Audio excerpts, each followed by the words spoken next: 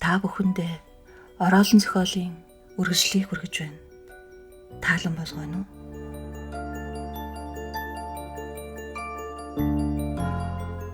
Гуравдугаар хэсэг.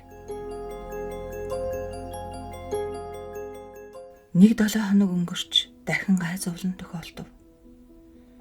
Нэгэн бэлэвсэн тариачин авгай 18 настай охинтой байжээ.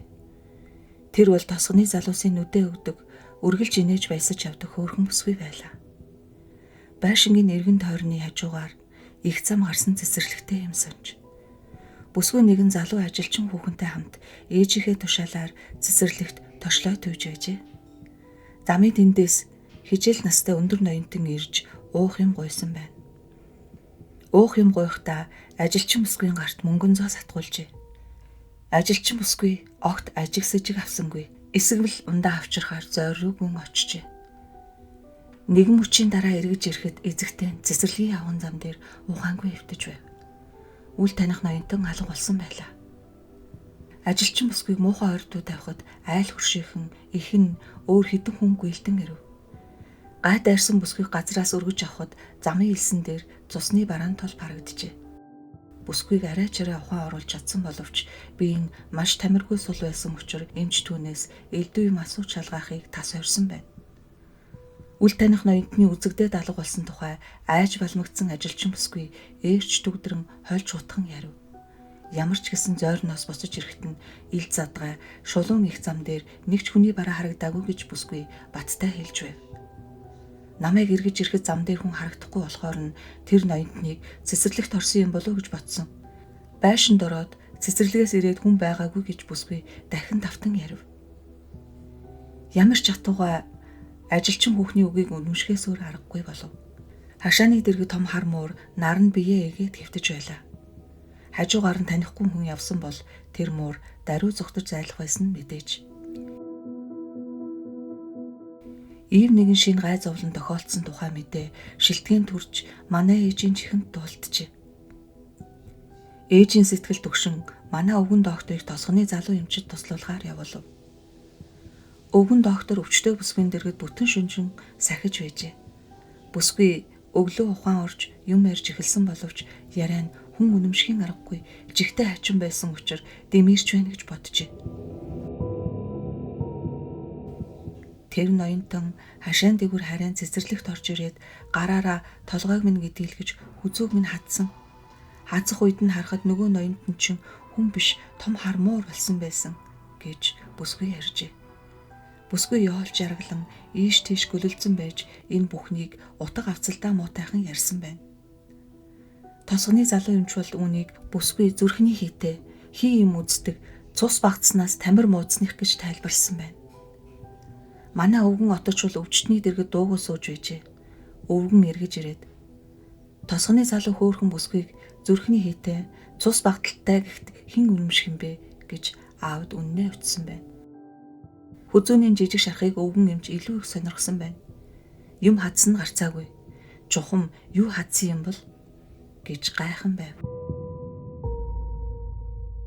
Дахиад хэдэн хоног өнгөрөхөд бүсгүйн бие засарсан боловч тамир муу царай цонхгөр байжээ. Бүсгүйн бие ямар байна?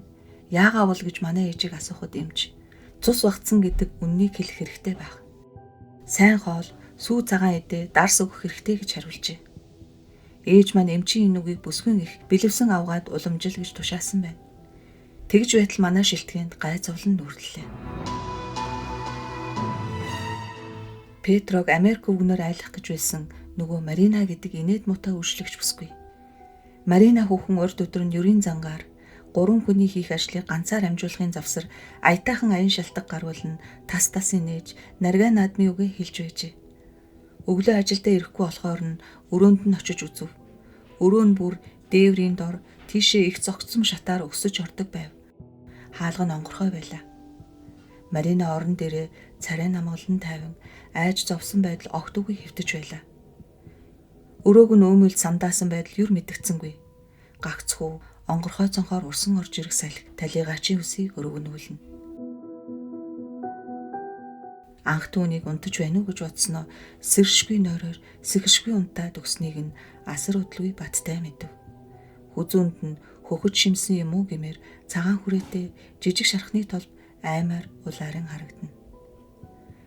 Марина хүүхний насан эцэлсэн мэдээ гэгэн өдөр тэнгэр нэргсэн мэт олныг гайхуулв. Урд хожид үзэгдээгүй нэгэн аимшигт амтан манай гэр оронд хүрээд ирсэн нь тэр байжээ. Эмэгтэйчүүд айжмэн аюулгаагаа тарч ирчүүд хий бохимдон дуугаа хураацгаав. Талигаач бүсгүйг зохих ёсоор засаж янслан дугны дамжимал өрөөнд тавьжээ.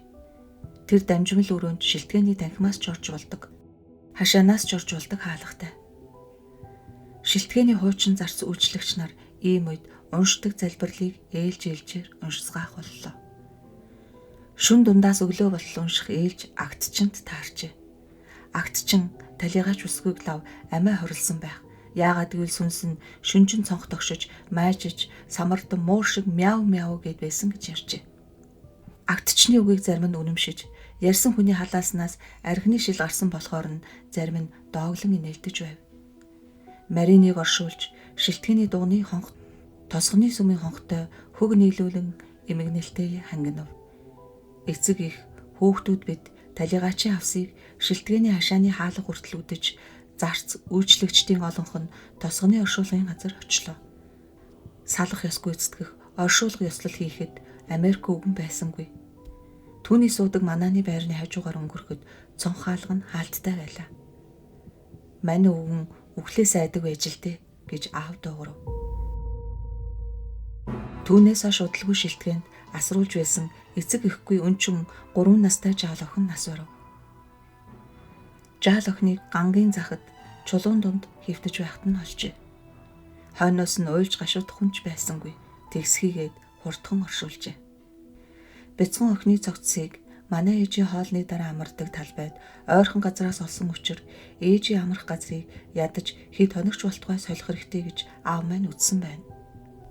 Тэгээд хөндий тийш харсан нар жаргах үед байгалийн байдал маш үзэсгэлэнтэй сайхан харагддаг том тогтыг сонгож авсан байна. 2 дугаар давхрын тэр тагт шилтгэний ёслолын гихүү жухмыг хэлбэл хүн суудгүй том танхимтай залгаа байлаа. Шилтгэний урдын эзэд тэдгээр танхимыг хөл ихтэй найр хийхэд хэрэгэлдэг байснаа манай эцгийн үед ирээд огт онгойлгохой байсан ч урдын баян тансаг тавилга төхөөрөмж нь хуучин хэвээрээ үлдсэн байна. Тактийг цэвэрлэж, цэцэг урмал тавьж, хевс дэвсэж, хөнгөн маягийн хогшил тавьж бэлтгэжээ. Бид тэр такт дээр хэдэн сайхан өдрийг өнгөрүүлсэн юм. Нэг муухай санамсаргүй тохиоллын харгаагаар хамаг юм буруугаараа эргэж толгоогоороо тонгорцголж билээ.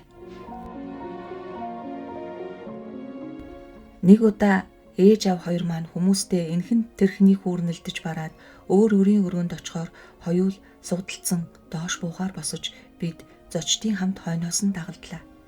Зарс хаалга онгойлгов. Ээж танхим дотор 2-3 алхаснаа гинт аймаар муухай шарлаад зэрэгэлдэх танхим руу гар сунган зааж тэндээс хараад байна. Миний өөхөх үйлгээд ухаан алдан аавын гар дээр унав. Ээжийн заасан зүг рүү бүгд өөрөө ирэхгүй харж олон хүний үс өрвийн яс хавтайжээ. Зэрэгэлдэх танхимд чанх үүдний өөдөөс хараад манай удам төрлийнхний нэгэн өвгөн дээдсийн хөрөг өлгөөстэй байдаг байлаа. Хилэн хувцастай, том бүрх малгайтай янхэр өвгөн жаас дотроос амьд юм шиг харж байв. Нэмгэн уруулаа жимэж, цус хурсан хилэнт нүдээр ширтгэн жаас дотроос одоо гараад ирэх нү гэмээр сүртэй харагдана. Нүд нь үнэхээр амьд хүний нүд шиг. Цугласан хүмүүс гайхан мэлэрч чимээ аниргүй байлаа. Золоор зочдын дотроос нэгэн залуу санаа авч гоот маягийн цонхны дэргэд ухсхийн очиж онгойлгосонд хөргийн нүдний амьд гал дороо бүхв. Бидний өмнө үнэндээ уран чадварлаг зурсан ч гэсэн ердийн нэг хөрөг байж байлаа. Одоо шингэх нарны туяанд зөвхөн үн ихтэй алтан жазан гялалзан байв. Жаргах нарны туяа гоот маягийн цонхны өнгө бүрийн шил дээр тусаад түүн дээр зурсан вангийн улаан нөмрөг дотор өнгөрөхдөө хөрөг дээр туссан гэрэл нь хөргийн нүдийг амьлуулж гялалзуулсан байжээ. Энэ хэний хөрөг вэ гэж зочдын нэг нь асуув. Цогцостой авсыг нь саявтар Америкаас авчирсан тэр садан төрлийн хүний хөрөг гэж таамаглаж байгаа гэж доктор хариулахад Петро хөргийг нудраг зангидэн занаж "Тамийн оролт унаасаа билээ чи" гэж зүхээд зарц нарт хандан "Юу гэж ангааж гөлийгөө зогсцгооно? Үүнийг эндээс зайлуул. Бид дахиад энд орж ирэхгүй" гэж өгүүлв.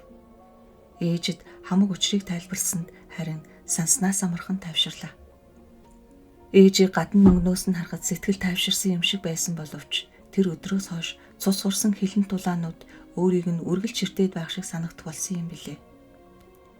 Өрөө тасалгаан дотор тэр улаанууд харагдахгүй боловч цэцэрлэгт явахт нь улам олон ширтэх болжээ. Заримдаа ганганы ирмэгийн цаанаас, заримдаа зүрх цэцгийн навчны завсраа ширтээд байх шиг санагддаг аж. Ээж үүнийгээ аавд хэлсэнд аав инээд алдаж "Болдоо хонгор минь. Чамайг айлгсан тэр хөрөг шилтгэнд байхгүй. Түүнийг цөллөгт явуулсан" гэжээ. Хэдий тийм боловч ээжийн хэлдэг үнэн байжээ. Өнөөх хилэн тулаанууд ээжийг үргэлжийн цагт ширтээдл байсан юм билээ. Би өөрөө ч тэр хилэн тулаануудыг хэдэнтэй харсан. Зүрх цэцгийн навчны завсраар нүдтэй хамт нөгөө Америк зарц өвгөнийхтэй адил хамар уруул ам нь харагддаг байлаа. Би тэр даруйд зүрх цэцгийн бот руу ухсхийг ухаанаа олохгүй. Ухаанаа олоод очиж үзэхэд тэнд хүн байдгүй байв. Америк өвгөн манааны байрныхаа довжоон дээр сууж байгаа харагддаг. Одоо би тэр аимшигт өдрүүдийн төгсгөлийн тухай бичгүүлдлээ. Үүнийг өнөөдөр гүйцэх тэнхэл даан чалга байна. За ингээд маргааш юм уу? Нарийн давбал дараагийн загтал хүртэл хойшлуулъя. Ёсолсон дээчин. 9 дэх захиа. Харуудаа эрхэм альва. Би их нэгтэн бай зантай болж маргааш нь чамд энэ захиаг бичиж сууна. Яагаад вэ гэвэл миний чэйжэр дүүрэн баяр жаргал бэлгэж энэ их баяр жаргалаа чамтай хамтдагмаар санагдлаа. Бодоод үзээч. Би чинь баян гэхэд ёстой нэг хөлгүй баян болжээ. Өнөө өглөө эцгийн өвгөн зарц миний хүмүүжүүлэгч байсан Петро над дээр ирж банкны хадгаламжийн дэвтрийг өгөв. Эцэг маань сүүлийн хэдэн жил аглагч даяанч шиг олноос оорцог ганцаар сууж хадгаламж нь тун их өссөн юм байна. Венецийн банкнд сая гаруй флорин хадгалаастай байгаа юм байна. Энэ чамд ямар санагдана вэ? Түүнээс гадна ээжийн гоёл чимэглэлийн эрдэнэтэй хайрцгийг Петро авчирч өгөв. Гоцгойдын самыг бодохгүй бол гоёл чимэглэлийн зүйлс нь үзэсгэлэнтэй сайхан. Үн өртөг аль талаараа өнөөх Ромын хатан хааны алдарцуутай хайрцагт байснаас дутхгүй юм байна. Сувд эрдэнийн чулуунууд нь дээд зэргийн чанартай юм. Ээжийн эрдэнсийг үзэж байгаад могоон толгой тэглүүртэй хүзүүний чимгийг санаж Петрогоос асуув. Петрогийн зарай хачин зэвхий дааж намайг муухай хараад тийм хүзүүний чимэг байгаагүй гэж хариуллаа. Сайн бодгож намайг шахаж шаардахад Петро миний үгийг шууд тасалж "Та намайг тэр имийг хулгайсан гэж сэрдэж байна уу?" гэв. Би арга уюу дуугүй боллоо. Петрогийн нас өдөр тийм дээр гараагүй ч гэсэн ихэд хөгшөрч уруу царайлаад үргэлж үг дуу цөөтэй байх болжээ. Хүй юм асуухад дуулсан ч дуулаагүй юм шиг дүр үзүүлж сайн л бол тийм үгүй гэхээс илүү олон үг дуугарахгүй юм. Харин миний өв залгамжлах хөрөнгө зөөрийн тухай болохоор их нарийн тодорхой ярьж өгдөг юм. Бие мөнгө эрдэнсийн зүйлсийг өөрөө авчирсан байна. Шилтгэн түн тамаарах ойн цуслан түгжиж харуул манаа үлдээсэн гин. Газар мэтийн орлого оруулдаг зүйлсийг хуучин болзлоор нь түрээслэгч нарт үлдээжээ. Мөнгө тайланг нь миний явуулгад тушаасан газар явуулж байх юм гин. Петро өөрөө нүгэл хилэнцэд наманчлан ариутгуулахаар гэгэн хутгадад очиж мөргөхийг зөвшөөрнө үү гэж гуйж байна. Хагас жилийн дараа шилтгэнд буцаж очино гэж амлаж байна. Би ээжийнхээ гэгээн дурсгалыг бодоод Петрод нилээд их тэтгэвэр болгож шилтгэнд сууж байх эрх олгоно гэж мөргөл хийхээр явахт нь саад хийхгүй замт хэрэгтэй зардал мөнгийг өгнө гэдгээ хэлв. Петро үгийг минь гүйцэд сонсолгүй. Мөнгө хэрэггүй. Би явган явна гэж ширүүхэн дугарлаа. Намайг эхнэр авах гэж байгаа. Шилтгэндээ очино гэж хэлэхэд өвгөн бүр солио руу гимээр хэлгэнэж залуу хүн шиг суудлаасаа усхын босож нүдээ гэлэлзуулан гараа дохиж занган "Тийшээ юу? Чи тийшээ очиж болохгүй. Яасан ч хизээч болохгүй" гэж зандарлаа.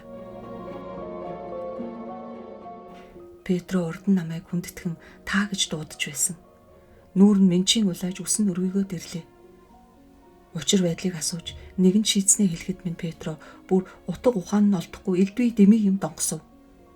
Түүний ярианд ам өчиг, андгай тангараг, хараал зүхэл, үхэл хагцал, хайр дурдал холилдоод нэг үгээр хэлэхэд галзуу хүний дэмэрэл шиг байлаа. Би түнд дарс өгч сэтгэлийг нь тохируулаад дараа нь тухтай ярих гэж бодсон чинь бас л болж өгсөнгүй. Намайг шилтгэндээ очино гэсэн үг цохиулгахтай зэрэгэл өвгөн өмнө минь өвдөг сөхрөн унаж шилтгэндээ очихгүй байхыг мөргөн гуйж байлаа. Энд нэг нууц далд учир байгаа бөгөөд өвгөн амьдын хар нүгэл болж хараал хүрхээс айгаад тэр нууцыг задалж зүрхлэхгүй байгааг би сайн нэг юм ойлгов. Таныг ээжт нь нааш нь явуулсан. Та ээжийнхээ үгийг дагах ёстой гэж Петро эцэст нь арайхийн өгүүлв. Би Петрод насан турш их нутгийн зүг сэтгэл тэмүүлж нутаг орноо санан уйтгалж байснаа. Одоо би эцэг эхийн булшин дээр очиж мөргөн элбэрэл журмыг гүйцэтгэх ёстойгоо ярьж үүний тулд хорвоод олсон би хойд насны сүнсээч хөөтгөөс буцхааргүй гэж хэлв. Би үүнийг үгээ чимэх гэж хэлсэн хэргэлдээ. Тэгсэн чинь Петро дахиад л гадран галзуурч шал дээгүүр өнхрөн хөргөөж буур лүсээ үгтгэн зулгааж амнаас нь цагаан хөөс захарв. Эцэст нь тамир нь барагдаж номхороод та намайг эртэл хүлээж байна уу? Ирээд хамт тийшээ явцгаая гэж гуйв. Түүний сэтгэлийг тайвшруулж ерөөсөө солиотой амтнаас бушуухан салахын төс болохдоо би үгийг нь дагахаар амлаж шилтгэнд бушуухан очоорой. Хагас жил орчмын дараа би тийшээ очино гэлээ. Петро мэхийн яслаад гарч одов. Оройн сургалахад надтай уулзаад гарсан даруй үүр гөвчөө даруй янзалж аваад хүн юм асуухад хариу хэлэлгүй яваад өгсөн гэцгээв. Петро явах гэж их яарсан бололтой. Мэдээжээр би түүнийг хүлээхгүй. Хэргийн байдлыг тодруулж мэдээд явна. Хачи юм да альва. Өвгнийг явснаас хойш миний цээжин дээр бөөн харчулуу дараад байх шиг. Сэтгэл санаа минь хөвчийг нь татсан ном шиг чилээтэй байх боллоо. За баяртай. Ёсолсон дээчин. Карл Иванович дуугүй болж загтлуудыг нямбайлан давхарлаад хуучин осроор нь боож ингээд гүцлээ гэв. Яагаад гүцлээ гэж төгсгөл нь хаав вэ? Нууцын тайлал нь байхгүй юм уу? Цааш нь уншаач дээ гэж тал талаас нь шалгаахад ингээд дууслаа гэж хэлсэн шүү дээ. Энэ бодолд өөр загтал байхгүй гэж Карл Иванович давтан өгүүлв. Яасан тоогүй юм бэ? Их сонин сайхан байсан юм төгсгөл байдгүй юм уу? Гэрийн эзэн өөрөө бусдаас илүү харамсаж байгаа бололтой. Карл Иванович ширээн дотор өөр бичих цаас бий гэж ноён Смит хэлж байна лээ. Түүн дотор төгсгөл нь байна уу? Үгүй юу? Үзээрэй гэж хэлэхэд за тгий ирхмээ маргааш үзье гэв. Өнөөдөр бидэнд унтахаа сайхан юм үгүй болоо шив гэж доктор Вэс өгүүлв. Бүгдээр бие биедээ тавтаа сайхан норсыг өрөөгөөд өрөө өрөөндөө очицгоо. 8. Шүн 50 өнгөрлөө. Өглөөний цайн дээр гэрийн эзэн Ахмад Райт тандан за эрхэм Ахмада тавтай сайхан орсов. Өрөөний эзэгтэй чамайг өмүүлж барьсангүй юу гэж нарган болгон асуув. Мистер Гари Ахмад Райтыг бусдаас илүү талархан хүндэтгдэг бололтой. Ахмад Райт навчин амжуураа өгчөн одоо бол ламангайлгүй баргар царайлан суужээ. Чи намайг энэ элдвийн дэмий валаа юмыг үнэмшээд айна гэж бодоо юу да хэмээн Ахмад уцаарлан бөвтнөв. Санаа бүүзв. Чамайг мохор сүсгтэй юм уу аймхаа хулчгар гэж бодох юм байхгүй гэж түүний Гари яран тайвшруулв. Би бол тэр өрөөнд хонож зүрхлэхгүй юм байна гэж урд нэг удаа хийс үгийн бараа харсан Жорж Кей гэдэг залуу хүүхэн хоолоогоо чичрүүлэн өгүүлээд тэр авхайн орон дээр хөшигний дэргэд твтэж байтал шүн дөлөөр гинт хөшгөн ярагдаад авхаа гараад ирвэл яана болидо чимэн гэж нэмж хэлсэнд Ахмад Райт сууж байгаа сандлаа тачигнуулан та юу донгосоод байна уу гэж зандарлаа. Бүгд Ахмадын өдөөс гайхан ширтэв. Угийн 50 дүлгөөн тогтоо томато Райт энэ жаал хүүгийн гин зөвгүй явган үгэнд ингэтлээ уралсан нь урд үзэгдээгүй шин сонирн байлаа. Бүгдээр эвгүүрхэн дуугүй болцгов. гэрийн эзэн энэ эвгүй байдлаас гарахыг яарав. Ноёдоо өнөөдөр ан гөрөө хийхгүй. Бүгдээрээ явж шилтгэнийг үзэх санал байна. Өв залгамжлах эрхийн бичиг баримт бүрдээгүй байгаа. Гэхдээ нутгийн засаг захиргааны өмнөөс манай эрхэн зочин тосгоны ахлагч гээд ахлагчийн зүг мэхийн ясалж шилтгэнийг үзхийг татгалзахгүй байна. Бид тэндээс сэтэрхий твэнч авахгүй л дээ гэлээ.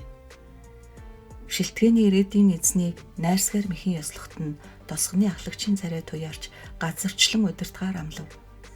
За ингээд цайны дараа явцгаая. Карл Иванович та бичиг цаасыг үзэж орой унших юм олж тавихыг бодоорой гэж мистер Гарри төгсгөв. Шилтгэн. Өглөөний цайн дээр Карл Иванович тосгоны ахлагч хоёр байсангүй. Хоёул тосгон орхоор явсан байжээ.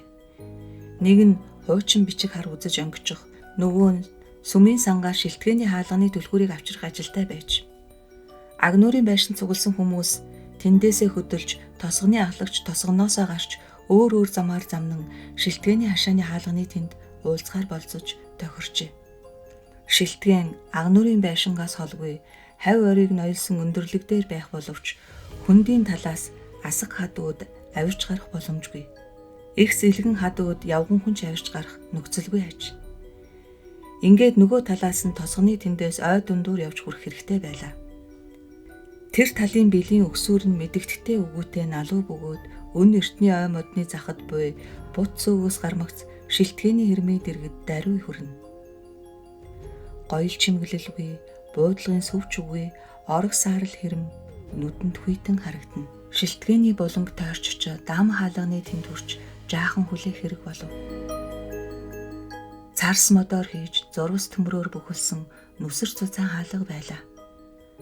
Дааман хаалга явган хаалганы аль алинд цоож лацломб зүйлттэй байв. Нэн удалгүй тосгоноос шилтгэнд ирсэн замаар тосгоны ахлагч түргэн алхлан ирж байгаа харагдав. Энэ зам дүт боловч илүү өгц, огцон бөгөөд бас ихэд атаршиж муудсан байлаа. Мистер Гарриг дохио өгөхөд тосгоны ахлагч лацломбыг хохолж цоочийг онгойлгон явган хаалгыг түлхсэнд чихэнд чиртэй муухай дуу чихрэн онгой. Бүгдээр хашаанд орлоо. Урдын цагт энэ хашаанд чулуу дэвсэж зассан боловч одоо дүүрэн шарилж ургаж салхинд хийсэж ирсэн хог новш энэ тэмдгүй хөглөрөн урд шөнийн борооноос шалбааг тогтоод нэг үгээр хэлэхэд харах хандах эзэнгүй орхисон газрын байдал нүднээ илээж. Цэцэрлэг нь бас зэрлэгсэж уйлрах цагийн нөлөөнд улам илүү автан энэ тэмдгүй илүү дутуу өвс бутурган худгалдаж явган зам нь бөглөрчээ. Цэцгийн мандлын ор мөрч байхгүй болж усан сангаас хог новш дүүрч битүүрсэн нүхтүүдийн үлдсэн байв. Талбай нүд нь арай дээр хадгалагдаж үлджээ. Гангийн ирмэг дээрх нэг талбайгаас хөндий тийш харахад үзэсгэлэнт сайхан дүр зураг нүдний өмнө цэлээн. Тэртээ хол нуурын ус цэнхэрлэж, баруун тань тосгоны сүмийн гонх цайран харагдаж, оройн мөргөлийн хонхны дуу оройн сэлүүн тунгалаг агаараар дамжин тодхон дуулдана. Энэ талбай Альпд илгээсэн загталд өгүүлсэн талбайтай адил юм байна гэж Америкаас мистер Гарритай хамт ирсэн залуу анчин Джеймс өгүүлв. Энэ Джеймс бол нас залуу, цус шингэний ирэхээр хөдөлгөөн түргэн сэтгэл хөөрүүч гсэн ямарваа юмны учрыг олж хужрыг тунгаах гэж зүтгэж байдаг сүрхий ухаалаг хянуур хүн билээ. Джеймс бол Карл Ивановичийн уншсан зүйлсийг нэг үг үсэг газар унгахгүй анхааран сонсдог хүн. Загталд гардаг захаар нь чулуу үрсэн ганг энэ байж байна. Энд бодвол зүрх цэцгийн ханалсан игнэ байсан бололтой. Эн чинь баруун тал нь байна. Эндээс жаргах нар харагдана. Энэ хүнд энэ Америк үгний манааны байр байх учиртай да гэж Джеймсийг үргэлжлүүлэн ярихад Джейми чиний ярьж байгаа үнэн бололтой байна шүү. Манааны байр болбол үйл явдал өрнсөн газар тодорхой болно. Манай Шерлок Холмс мант тугай гэж мистер Гарри дуу алдан ухайлав. Бүгдээр эргэн тойрон харж дараа нь ирж эхлэхдээ манааны байрыг шинэ ургасан мод бут халахлсан байх гэж боджээ. Гэвч тийм байр байгаа шинж тэмдэгч мэдгдсэнгүй. Ноёдоо дотогш орох хаалгыг онгойлголоо гэж тосгоны ахлагч ёслол төгөлдөр зарлан дуудав. Тосгоны ахлагч цоожийг онгойлгох гэж өөрийн ажилчнаараа туслуулан удаа ноцолдсон байжээ. Хар бараан зарсаар хийсэн ордны үзэсгэлэн сайхан хаалгыг онгойлгоход үүдний харанхуй хүйтэн танхимд салхи хүүгэн орж бөөн тоос шороо босгон ялангуяа өдрийн хурц гэрэлд явж байгаад орсон хүмүүсийн нүдэнд юу ч харагдахгүй болтол харанхуйлав. Олон хүн зэргэлдэх танхимд яаран орж Гарийн догсноор цонхойг онгойлгосонд мөн түрүүчийнхтэй адил юм болж нарны гэрэлтэй хамт салхи хүүгэн орж ирээд үүл манан шиг тоос шороо босож хүн бүхнийг дарав. Хий сүгс өдрийн бор саарл нүмерэг шиг юм байна гэж Жорж Кей алиалав. Цонхыг яаран хааж цаашдаа цонх онгойлгохгүй байхаар шийдлээ. Цонх нь бүгд зузаан эс тоосон дарагдан бүдэг саарл гэрэл нэвтрүүлэхтэй өвгөтэй болжээ. Өнгийн шилээр хийсэн цонх бол гэрэл бараг нэвтрүүлэхгүй байв. Хэдий тийм боловч бүх өрөө тасалгаанд тогшил тавилга, уран зураг мэтийн эд юмс дүүрэн байгааг ялгаж ажиглаж болохгүй байлаа. Олон хэд юмсыг бүрээсээр бүрч хүчжээ. Ил задгаа орхисон ном дэвтэр аар сар юм үлдсэнгүй. Юм бүхнийг янзалж далд даам хийжээ. Энд сууж байсан хүмүүс агнуурын байшингийнхтай адил гинт дүрвэж зайлаагүй айвуу тавиу явцгаасан бололтой. Олон өрөө тасалгаа байх бөгөөд хогшил тавилгын байдлаар унтлагын өрөө, хоймрын өрөө байгааг ялгаж болох боловч гэрэл гэгээ муутаад олонний анхаарлыг татмаар гойдын юм ажиглагдсангүй. Хоёрдугаар давхарт гарвал илүү тогттой байх мэт. Энэ давхрыг арай сүүлд орхиж явсан бололтой. Энэ турааж далд хийгээгүй юмс их байлаа. Мартаж оргисон ташуур, хос бэйли байж байх шиг, шалан дээр гарцаагүй эмэгтэй хүний эдэлж хэрглэж байсан гэмээр гоёмсог цэнхэрт тууз хэвтэж байх шиг, дэлгээстэй оргисон ном байж ч байх шиг. Джеймс самбаачлан дэлгээстэй номыг очиж шагаагаад латин байна. Босоо ороолон хойд насны тухай домог гэж байна гэж зарлаад Гари чи шилтгэнийг өмчтэй авахаар энэ номоо надад өгч уншуулаарай гэсэнд тэгэлгүй яах вэ Джейми? Тэр цагт наад номыг чинь чамд бүр өгнө гэв. Энэ юу вэ? Хагархай толиуда. Үнэхээр толь байсан бололтой цулгүй хоосон жааз байлаа. Дахиад хэдэн өрөөгөр явж үзв. Удам угсааныхны хүргийн цуваа бололтой ханаар нь олон хөрөг игнүүлэн өлгсөн нэгэн их танхим байв. Гари Джеймс хоёр бусдаас тасран зэргэлдэх хөрөөнд оржээ. Гари, чи энэ хаалгыг хар. Үүний цаанд тагт байгаа нь тодорхой.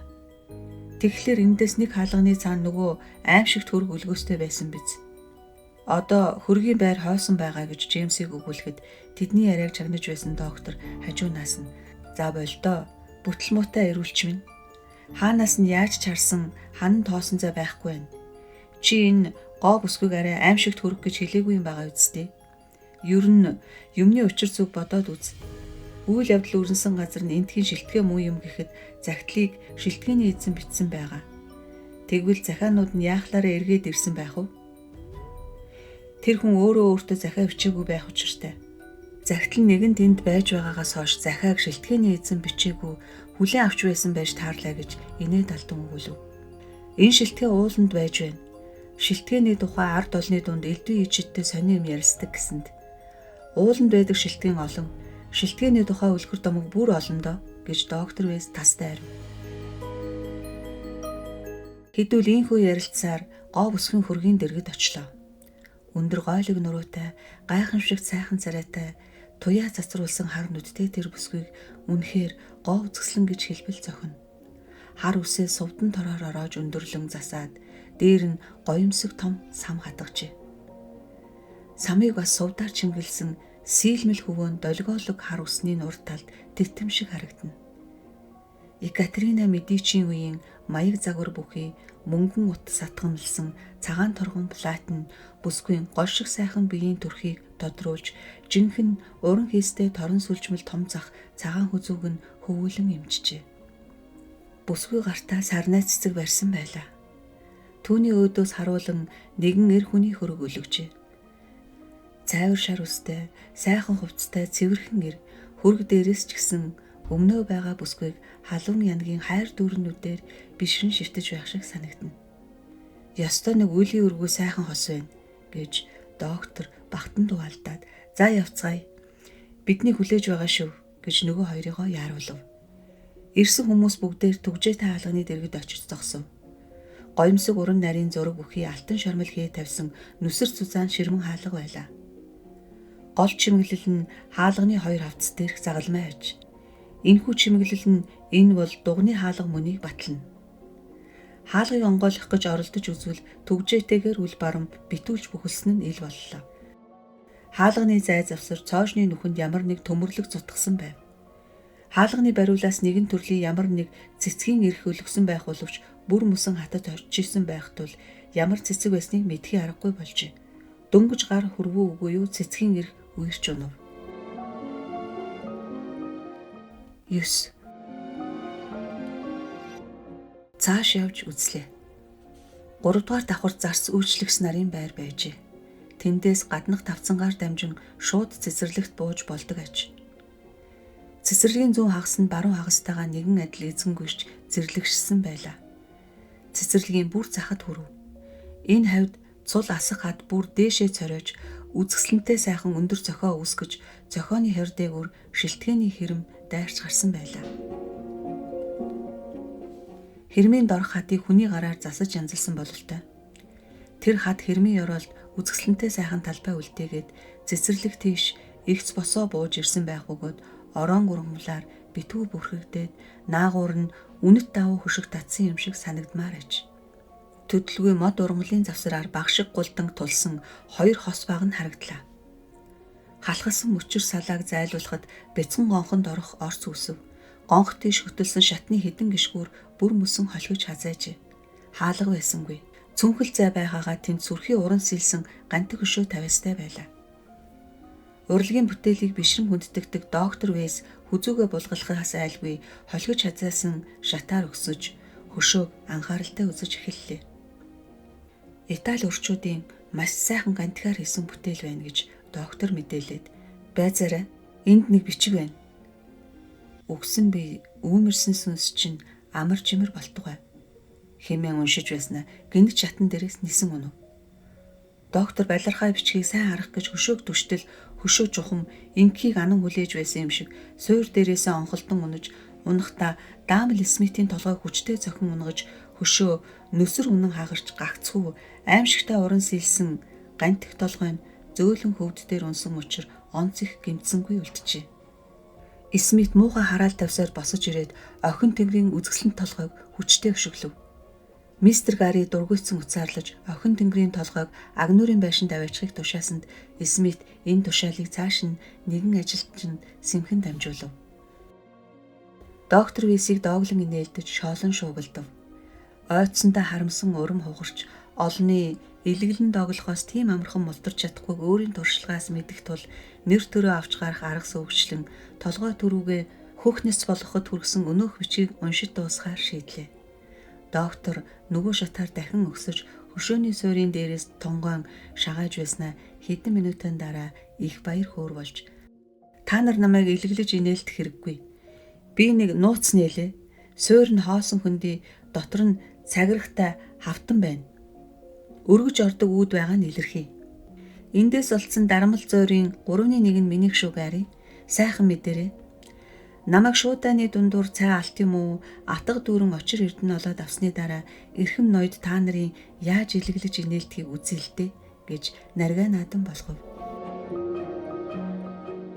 Хоёр ажилчин тэр хавтан гонцын төвгүй өргөж онгойлгосонд дорн зогсож байсан докторыг мэдээжээр газар дагуур орсон хонгил нөх байгаа. Ол сав эдэр эхлээд жог оруулъя. Шатнд бат бөх юм уу үзэг гэхэд доктор та дахиад булдруу гүдрүү нэмэхээс айхгүй байна уу гэж дор байгаа хүмүүс шугалцсан боловч олс авчирч өгөв. Жоо гэж докторын зарс өгөөд туслах шаламгай залуу бэлхүүсээ тойруулан олс уяад шатаар дуртаяа бууж эхлэв. Шат нь маш сайн юм байна. Энд бүтэн өрөө байна. Даанч пад харанхуй юм харагдахгүй байна. Байзаараа надад шүдэн зүй гэж Жоо мэдээллээ.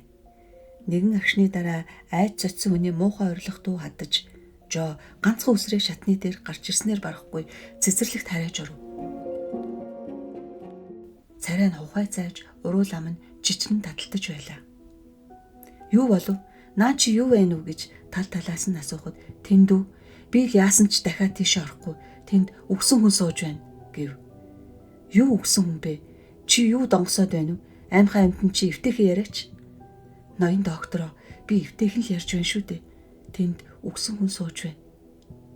Хүний гавл ясыг би даанч танилгүй яах вэ? За тэгнэ тэр. Үгсэн хүн биш арыг яс үйж. Тэнийг толгой чи. Шатны гიშгүүр нь Батүх юм уу хилээд өгөөч гэж докторыг өгүүлэхэд ноён доктор таныг байтугай бүдүүн заанч даамаар Батүх юм байна. За дуугаа айд гэж доктор хэлээд айхалж янзаглан нарийнхан шатаар бов. Чимээ аниргүй болж аймаар зөвөө муухай байлаа. Гари тэсэж чадсангүй шатаар өсөж нүхний амаар доктор чи амьд минь дүү гэж дуудсанд минь байлгүй яах вэ? Одоо эргэж очиод бүгдийг ярий гэж хариулах дуулдав. Жаахан байж байгаа докторыг нээлхийгээр мистер Гари туслан татаж гаргалаа. Нээлхийг хаа гэж тушаа. Тэнд гойдын юм алга. Нарийн хэлбэл тэнд алт мөнгө очир эрдэнэ алга. Би олзны 3/1-ийг авахаа болж тосгон оршуулгын газар өгөхөөр шийдлээ. Доктор дараа нь навчин янжуур татахаар яаралгүй бэлтгэж эхлэв. Тэнд юу байна уу яриач? Арг яс байгаа нь үний юм уу? Хаана байгаа юм бэ гэж сониуч залуус шалгав. Байзаарай, та нар настай хүнийг илэглэх дооглохоос өөр юм мэдэх биш. Үгсэн хүн дээр та нарын хинч орж зүрхлэхгүй хулчих эз гэж доктор өглөв. Дахиад илгэлэхгүй.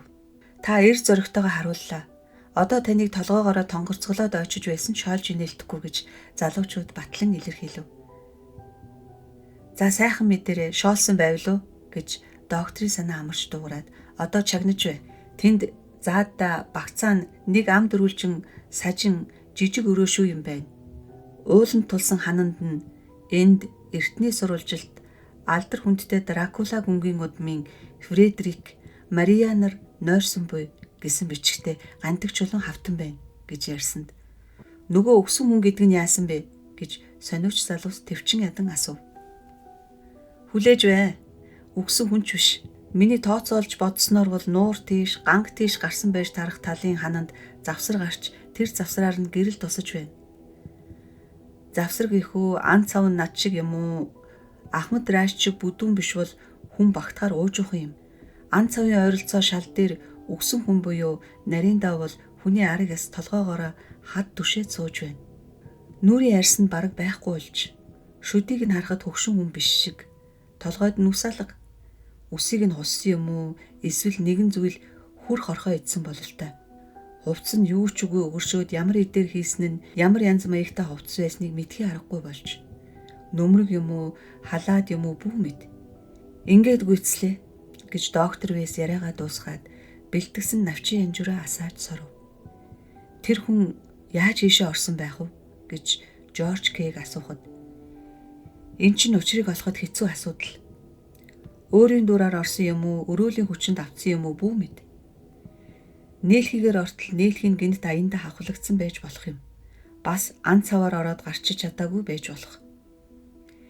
Энэ сүүлчийн тамаг хэцүү байна. Ан цавн шилтгэний байгаа хадны яг дундуур дайрч гарсан шиг. Тэгэхээр тэнд хүрэхэд амаргүй. За нэг хүн сониуц зандаа хөтлөгдөө тэнд очисон байдаг юмаа гэхэд буцаж гарахгүй яв. Замдаа тэглээд үхэлгүй ам гарах газраас хитэн алхмын занд үхлээ хүлээ суусны учир юу байх вэ? Энэ бүхэн тунчиг битүүлэг байна. Тэр ан цав бунхныг барьснаас хойш үүссэн эргэлзээгүй юм шиг байна. Бунхан барьсан хүмүүс тийм их завсар зайг онгорхоо орхих ёсгүй шүү дээ. Утга нь хаа вэ гэж доктор нэмж ярив. Олон хүн янз бүрийн таамаг даавар хэллээ. Нэгэн ч учир шалтгааны нарийн холбоотой болж чадсангүй.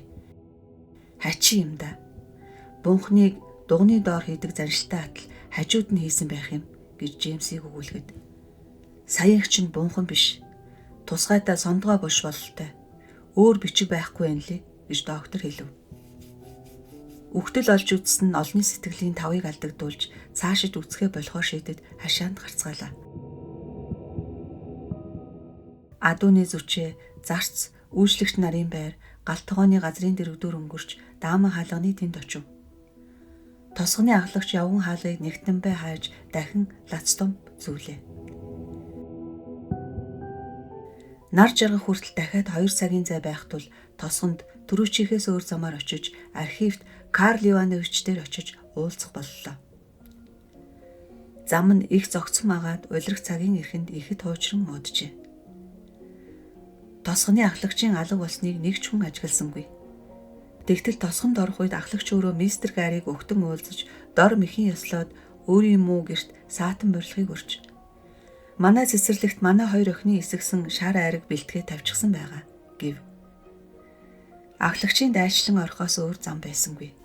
Ерөөс халуун өдөр замд явсны дараа хүйтэн шар айраг уухад илүүтэх нь юу вүлээ? Олныг цэцэглэж буй далдны модны сүүдэр зуухад гэрийн эзний хоёр хөөхөө охин шаагсан хүйтэн шар айраг авчирч өгөв. Хүмүүсийн урд хаяг амархан хоосроход дахин дүргэж байлаа. Ганц доктор Вэсэл шар айраг уухыг татгалзаж нэг аяг худгийн хүйтэн ус авцарч өгөхийг хүсв. Нөхдийгөө дооглон инээлтгэхэд би тосгоны шар айраг уух дургүй. Толгой дүүрүүлэх холц ихтэй байдаг. Жорж, та нэг их уусны хэрэггүй шүү. Та толгой дүүрүүлэх ундаа уугаагүй байхдаа л хий биетэй гоо хүүхэн үзэж зүүдэлдэг шүү дээ гэж хариулв.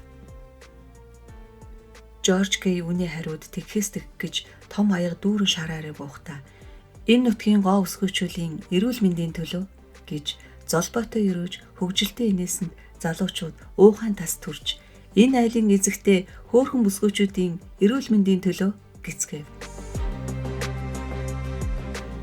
Ахлагчийн хоёр охин ичих баярлахыг зэрэгцүүлэн царайн туяаран улаажээ. Тэр хоёр бол мань анчид шиг хийх юмаа олж чадан уйсаж байгаа залуус байтугай.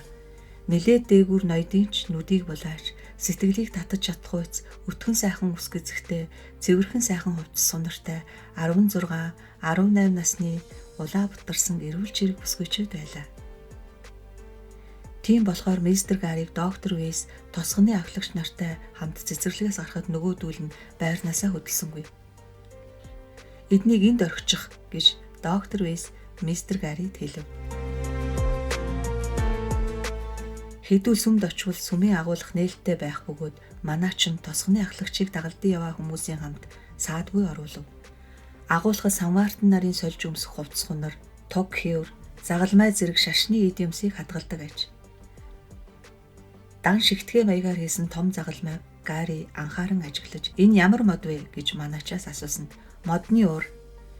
Миний төрүүчийн хүмүүсийн нэг нь хийсэн юм гэж манаач хариулв. Тэр өвгөн манаачийг хүнээс итгээ тачин зантай хүн байсан гэж манай эмээ ярьдаг байсан гэж тосгоны ахлагч үг нэмээд мистер Гарийн ойшон анхаарч байгаад улам урамшин. Тэр манаач өвгөн том жижиг янз янзын загалмай хийж түүнийгээ тосгоны бүх хүнд бэлгэлдэг байсан гэсэн. Манай гэрт тийм загалмай бий. Түүний суудаг манайны байраар дүүрэн загалмай байдаг байж. Хамгийн гол нь загалмайг дан модны уураар хийдэг байж л дээ. Манай ч өвгөн зун нь өөрийн дуртай сармис тарьж бас элдэн навчид тарьдаг байжээ. Загалмайг цаарс юм уу хусаар хийхгүй яагаад дандаа модны ураар хийдэг юм бэ гэж өвгнөөс асуухад залтайхан инээмсэглээд ад зэтгэр хайдаг юм гэж хариулдаг байсан гэж ярив. Архивд орцголоо. Стас болсон жижигхэн цонхтой жижигвтер бүрэнхий өрөөний шал дээр Карл Иванович эргэн тойрон бөөн бичиг цаас тавьчихад сууж байлаа. Нэрээр нь дуутахад сая хүн орж ирснийг ажиглаж мистер Гарийг хараад нас өдөр 65 хүрсэн гэмээргүй 25 шиг шингэн босож сүмийн нэгэн хуучин бичгийг баярын царайтаагаар өргөн барив. Тэр бичиг Дракула Кардиг өнгийнхний удам судрын уг үндсийг тавьсан хүнийг төдөн оны, төдөн сарын, төдний өдөр авсан тийж гэр бүлийн бунхан тавьсныг батлан бичиж тэр батлан гэрчлэв гэсэн байжээ. Гарийн уншид дуусны Карл Иванович ажиглаад одоо таныг шилтгэний бүрэн эрэхт эзэн болсон гэж баяр хүргэж болох байна гэв. Тэнд байгаа хүмүүс мистер Гарид баяр хүргэлээ. Гари үнтэй сайхан бөгжөө мотлон авч Карл Ивановичд өгөөд өнөөдрийн өдрийн дурсгал болог гэв. Баяр хүргэн өрөөл тавьж энэ үйл явдлыг санамсаргүй тохиолдлоор үдсэн сүмийн манаачид цайны мөнгө гэж алтан зоос барьсны дараа мистер Гари Карл Ивановичоос нөгөө багшийн тухай өөр юм олсон эсхийг лавлсанд тэмдэглэлийг нь олоогүй байна. Гэхдээ олох найдлага бий. Энэ бодолтой эсхийг би үзэж амжаагүй байна гэд овоолоотой бичиг цаасыг заав. Дараа нь Гари зузаан хөх дэвтэр өгөөд үүнийг үзээрэй. Эмнэлгийн эмгэнэлт бичиг гэдэг байгаа юм. Энд тосгоны багш Петр Дорож гэдэг нэрээр бүртгэгдсэн өвчтөн буюу нарийн давал солиотой хүний тухай бичиж тэмдэглэсэн зүйл бий. Нөгөө тэмдэглэлийг бичсэн хүн энэ Петр Дорож гэдэг нь нэг хүн болов уу гэж таамаглаж байна. Тэмдэглэлд нь П, Д гэсэн хоёр үсгийг сүлжүүлж хийсэн нийлмэл үсэг олон дайралтаж байгаагаас уламжлаад ийм бодол төрсөн юм. Бас тосгоны багш гэж бүртгэгдсэн битийн өөр бусад жижиг зүйл таарч байгаа гэж ярив. Мистер Гарри цонхны дэргэд очиж эмнэлгийн эмгэнэлт бичиг гэдгийг уншиж үзлээ. Хэдийгээр тосгоны багш Петр Дорож манай эмнэлэгт ирж хэвтээгүй боловч докторийн тушаасныг даган төдөн сарын төдний өдрөөс эхлэн түүний нэрээр тэмдэглэл нээж хөтлөх болов. Уржигдэр доктор Бараас бит хоёрыг тосгоны багшийн их чадагтай Дорож урьж солиорсон гэж үзэж буй өөрийн дүү Петрийг үзүүлв. Хадагтай Доричийн ярьснаар бол өөрийн дүү Петрийн зам хуурч жигтэй хачин аяглах болсныг аль хэдийн ажигласан байна. Гэвч онц тоож их юм бодоогүй гин. Ерөөсөө өдрийн цагийн хуваарийг зөрчилгүй баримталж гагцхүү нар жаргах үеэр оройдоо ялангуяа сартай орой сэтгэлэн тогтворгүй болж хүний хийлж байгааг анхаарч сонсгоо болж өрөөндөө ороод дотроос нь түгждэг гин. Бас дүүн урд нь тэгдэггүй байснаа орой тийшээ салхинд гарах нь олширсныг хадагтай ажиглажээ.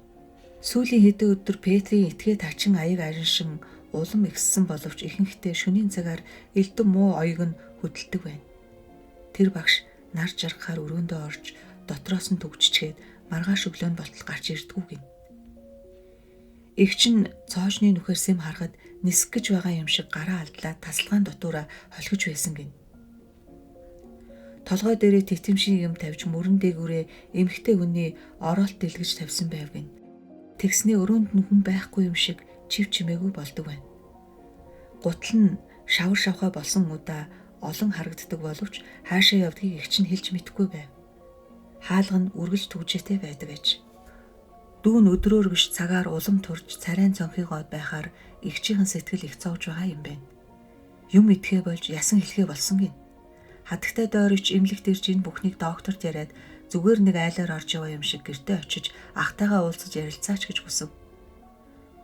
Докторийн тушааснаар би түүнийг дагалдан очиж эмгэнэлт бичгийг хөтлөх боллоо. Та бүхэндээ Ороолон Арманы 3 дугаар хэсгийг толиллууллаа. Та бүхэнд манай сувг таалагдсан бол лайк дарж, subscribe хийгээрэй. Баярлалаа.